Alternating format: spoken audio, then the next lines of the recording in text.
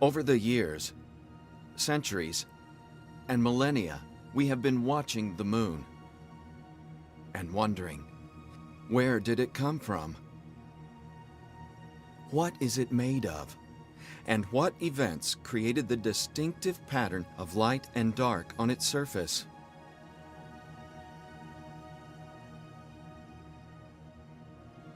To find out, we've sent satellites out to crash onto its surface.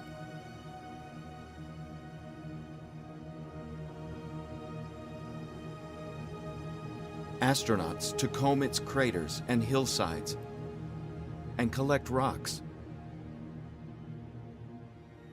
And high-tech spacecraft to map its nooks and crannies. A half-century of study has brought us closer to the answers. Many scientists now believe that the moon was born in a monumental collision between Earth and a Mars-sized body early in the history of the solar system, some 4.5 billion years ago.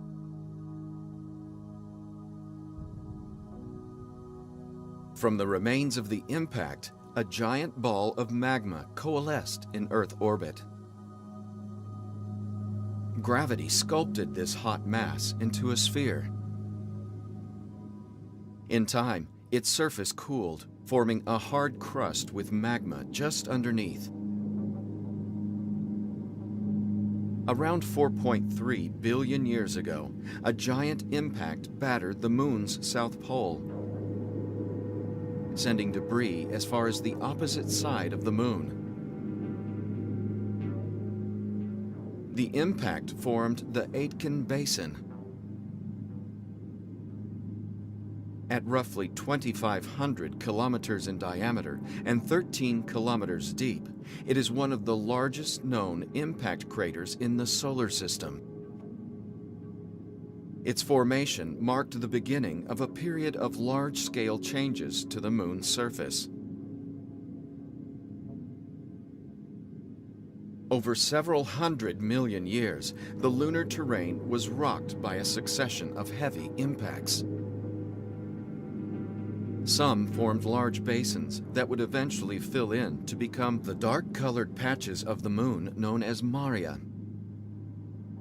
These impacts punched enormous holes in the relatively thin lunar crust. Because the moon had not yet fully cooled on the inside, lava began to seep out through cracks opened up by the impacts.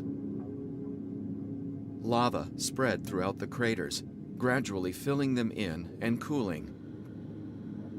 Because of the high iron content of this lava, the mare regions reflect less light and therefore appear darker than the surrounding highlands.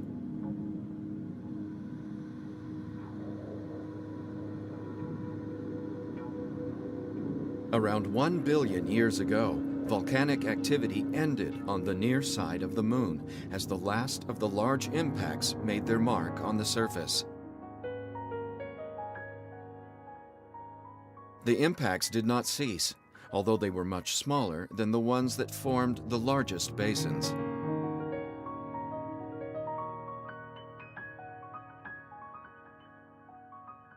Some of the largest and best-known impacts from this period formed the Tycho,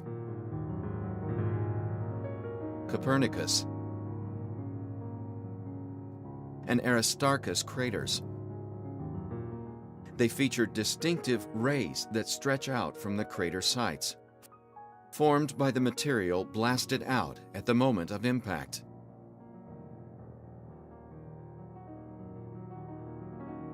Finally, after billions of years of relative quiet, we arrive at the moon we see today. Though its surface continues to be affected by impacts, the bombardment has slowed dramatically. The features we now see on the moon's surface are a permanent record of its early history. Within them, too, we are finding clues to the evolution of Earth itself.